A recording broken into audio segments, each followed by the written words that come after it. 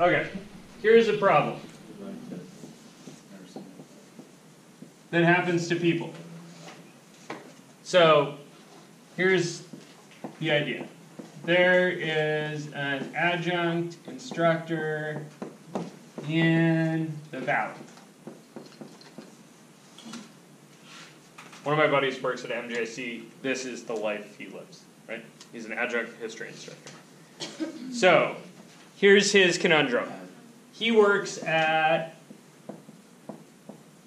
Delta, and he works at MJC. MJC pays $50 an hour, and Delta pays $80. Yeah. This is why there's mutterings of striking and stuff, because we have trouble hiring adjuncts to drive up here.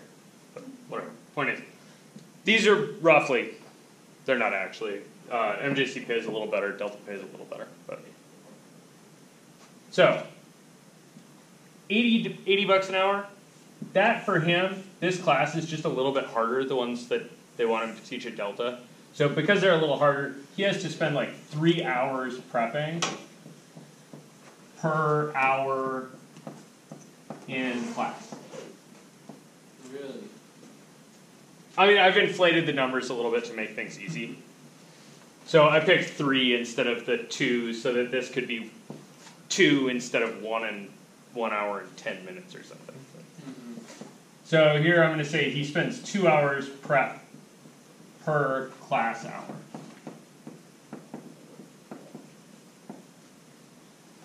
Guys, cool with this? Okay, then he has some constraints, right? Like, on his life, he has some things. One of the things is that, as an adjunct, he can work, at most, 20 hours per week in class max.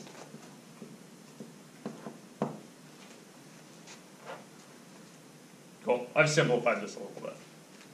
It's really that there's a max at each institution, but let me just put it out as a general max. Then he also has a life, right? So in addition to his 20 hours per week max in class, he also has a maximum amount of time he's willing to spend prepping, right? So if he's going to work hella hard, that's going to be like 40 hours per week max prep. And let's actually be a little nice to him. We'll give him a 50-hour work week instead of a 60-hour work week. You guys cool with that? Okay, so what's my goal going to be? Like, what's the question that this scenario is asking? How many days a week he can teach? Kinda. Classes he can teach? Yeah, so he's got choices, right? He gets to pick how many hours he's going to take at Delta and how many hours he's going to take at MJC, right? Make the most amount of money using... Yeah, exactly. Not like, as many hours, maybe? Yeah, like, what's the most money he can make if he's willing to do these two things, right? Most amount of money, least amount of time. Yeah, you kind of... So, these two guys are going to be his upper limits of what his kind of time is available, right? And he's going to maximize money using those two things. You guys see that? So that's how he's building in time, right?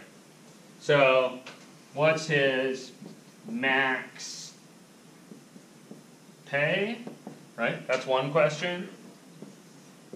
The other question would be, how many hours at each place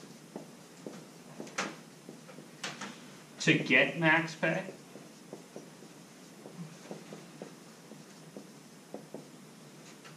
You guys cool with us?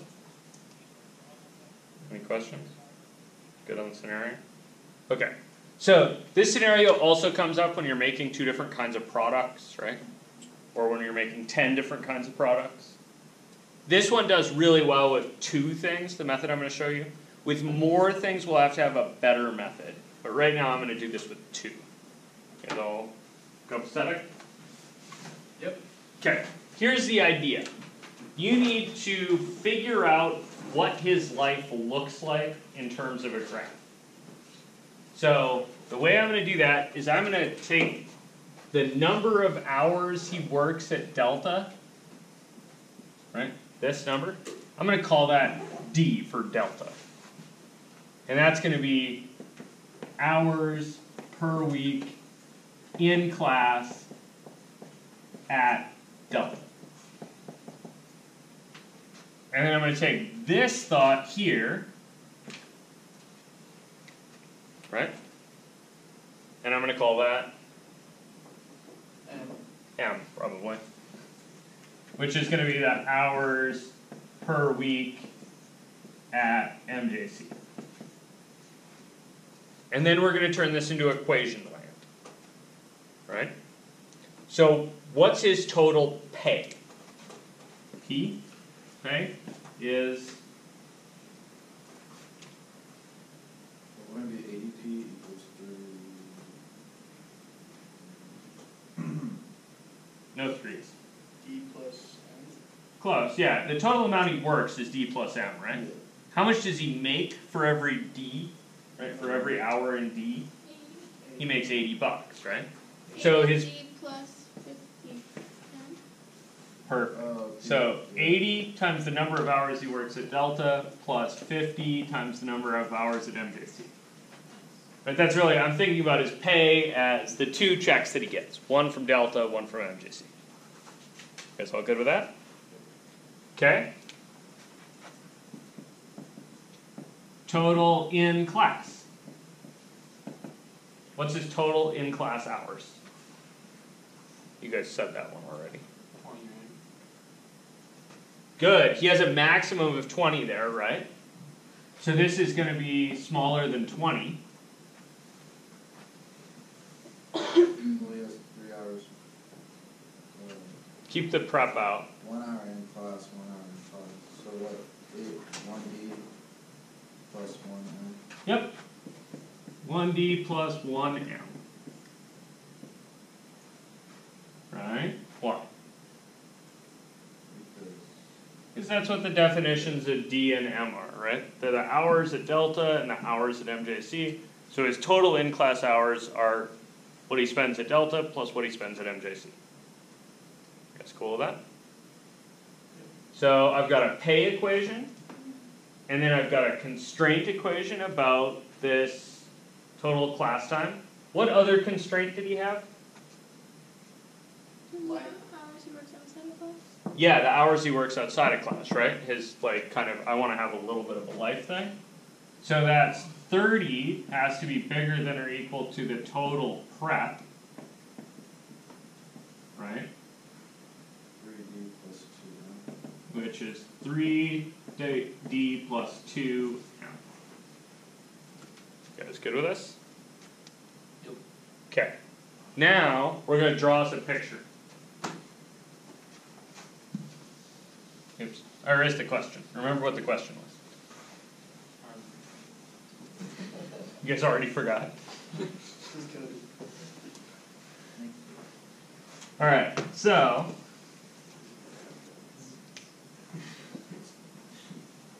I'm going to make myself one of these.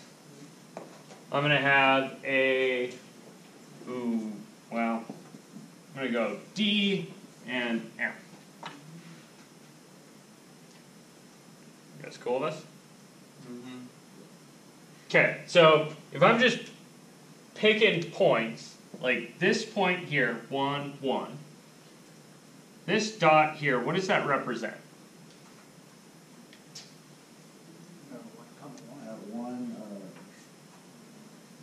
hour. Yeah, that's 1, 1, which is 1 hour. In, it could be either anything. So this is 1 hour in the delta direction, right? And 1 hour in And 1 hour in the MJC direction. So this is him working an hour at each place. You guys see that? So I could check. Does that satisfy these two guys? Yeah. Is he working less than 20 hours total? Yep. Is he prepping less than 30 hours total? Yep. Yep. Cool. So that's a feasible point. Like, this is okay, right? That one's allowed. If I go over here a ways to like say 10, right? And up to 1. This point represents what? 10 hours of delta, 1 hour at Yeah, 10 hours of delta and 1 hour at MJC. So let me check, is that one okay? So 10 hours at delta, 1 hour at MJC, is that less than 20 hours in class? Yep, he's only got 11. Is it less than 30 hours prep? Oh, 20 is where you can figure out the pay, right? You guys see that? Yeah, so, and then I could figure out the pay, right? But I'm asking, is the point D is 10 and M is 1, does that work for him?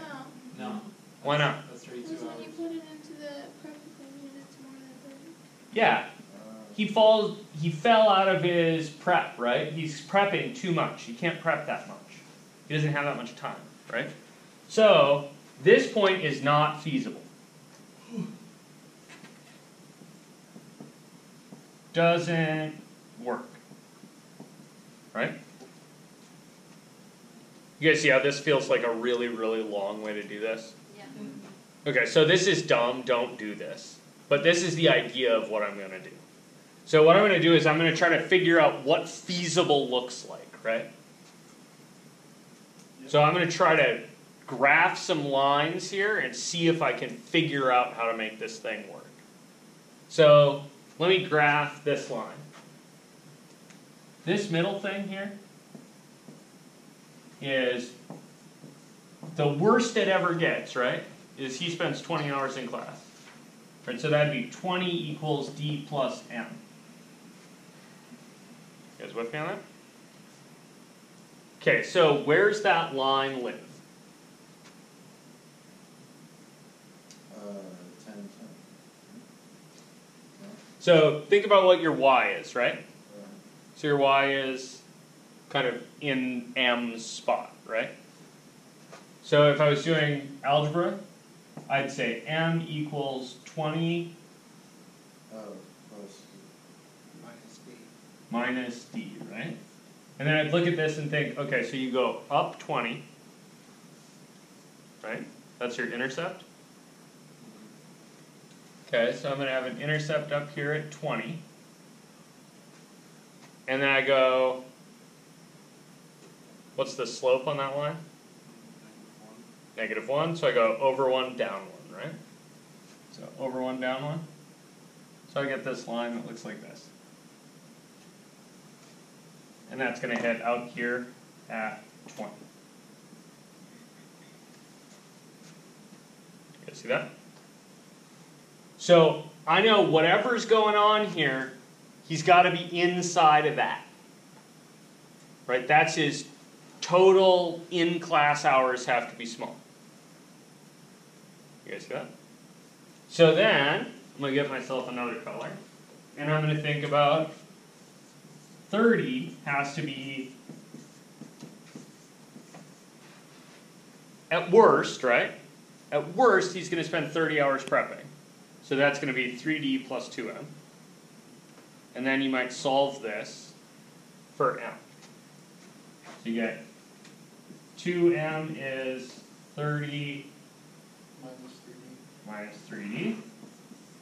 So you get M is 15 minus 3 over 2D. You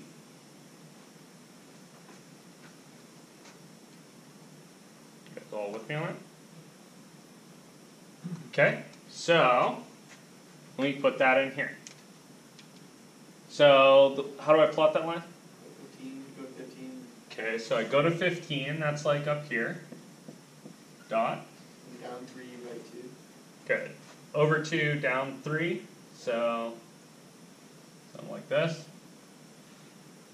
Over 2, something like this. Close enough.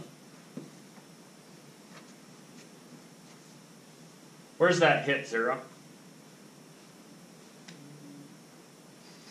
I dorked my line up. I was close it the first time. 15. So when M is 0, what's D? When M is 0, D is 10, right? Oh, I hit way off. I was supposed to hit right here. You see that? Yeah. So if I redraw my line so I hit in the right spot, you get something like this. Alright. Okay, so where, you see that one point, right, that I said didn't work, is outside of there, right? Mm-hmm. So can he work negative hours at MJC? No, No, that doesn't make any sense. Can he work negative hours at Delta? no. No. So he's got boundaries here and here.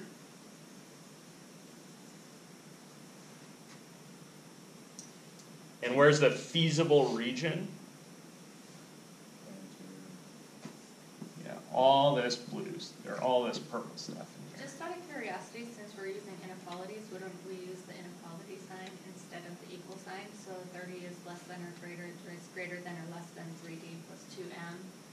Yep. So that's perfectly reasonable.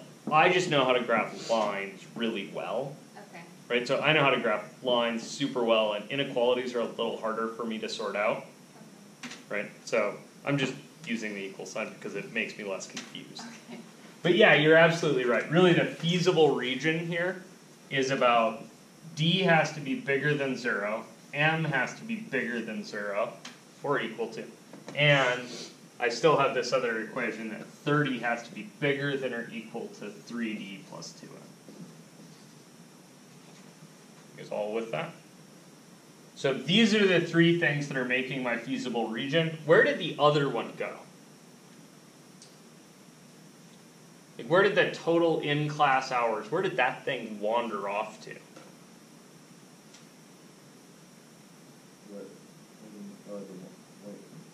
Like, Black line. I didn't use the black line, right? Why didn't I use the black line? It's not the feasible range. Yeah, because the purple line was more constraining, right? It was more strict. Yep.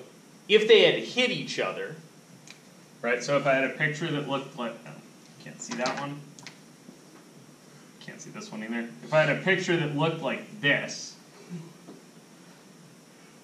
you guys see my feasible region would be this kind of funny kite shape. Yeah, except the lines are intersecting. Except the what?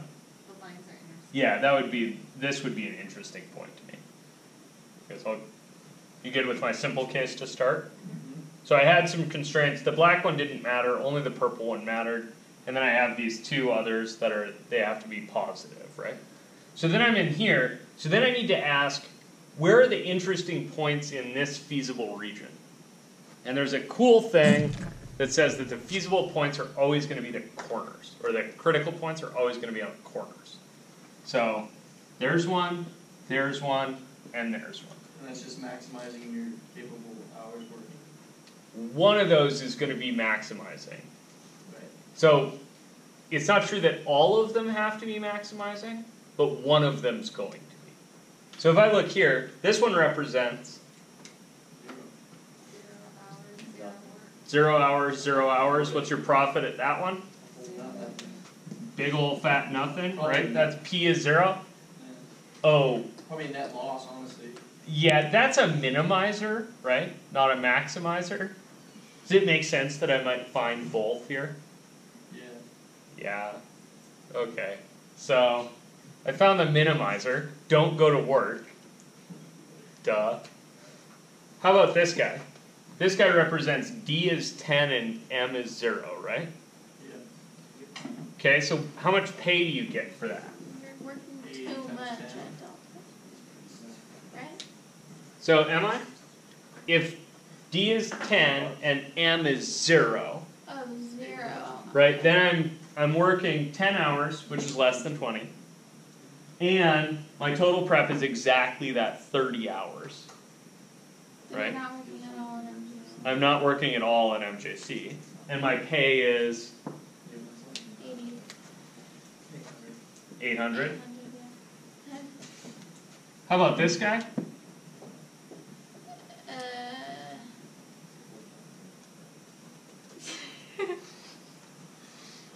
I don't know. The top line. Total pay is 650 and it makes the 30.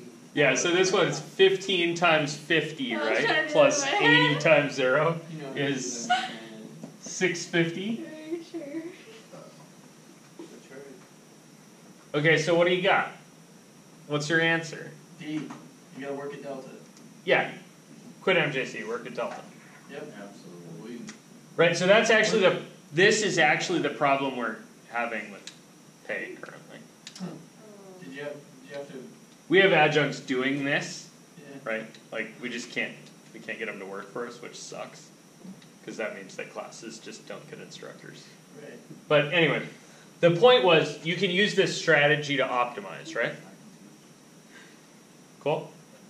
Please note also, what are the units on P? Because $80 an hour seems like a lot of money, right? Yeah. But what are the units on this? This P is, Pay per week, yeah, this is dollars per week, right?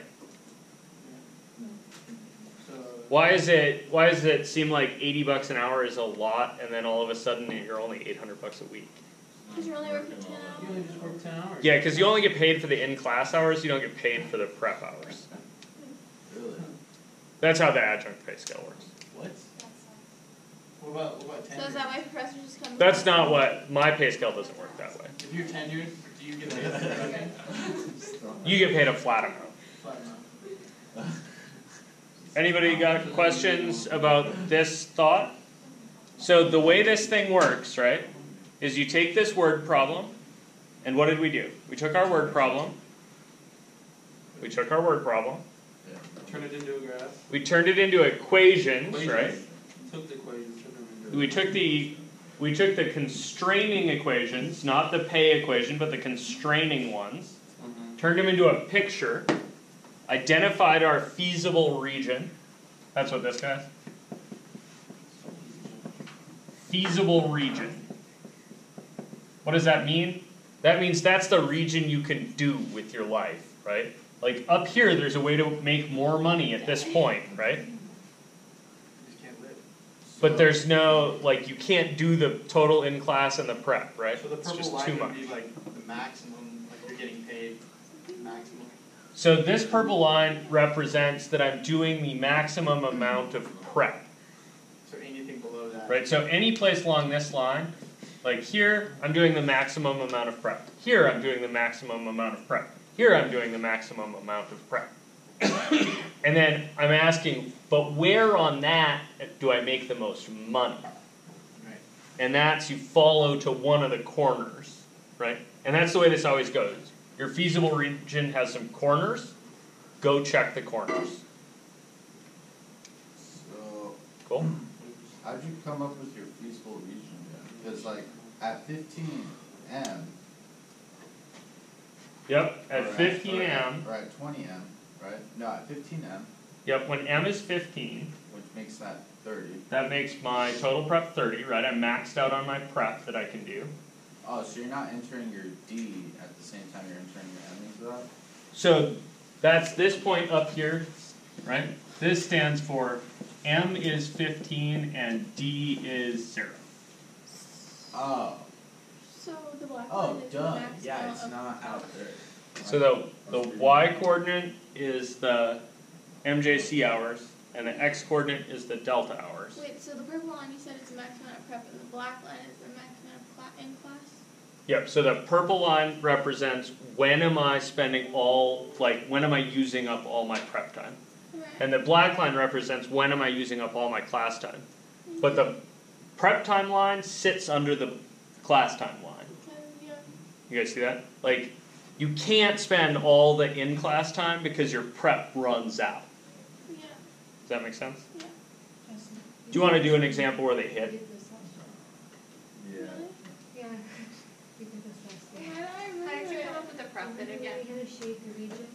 So the profit was the hourly pay at Delta times the amount of hours at Delta Yeah. plus the hourly pay at MJC times the number of hours at And MJC. that's how you got those numbers from the board? Yep, and that's where these numbers came Okay. from. Thank you. So this was really my P function evaluated at Carly's. 10 comma 0.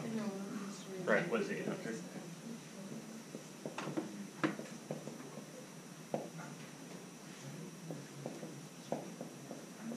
Thank you. Does that help? Okay, now let's do one where they hit.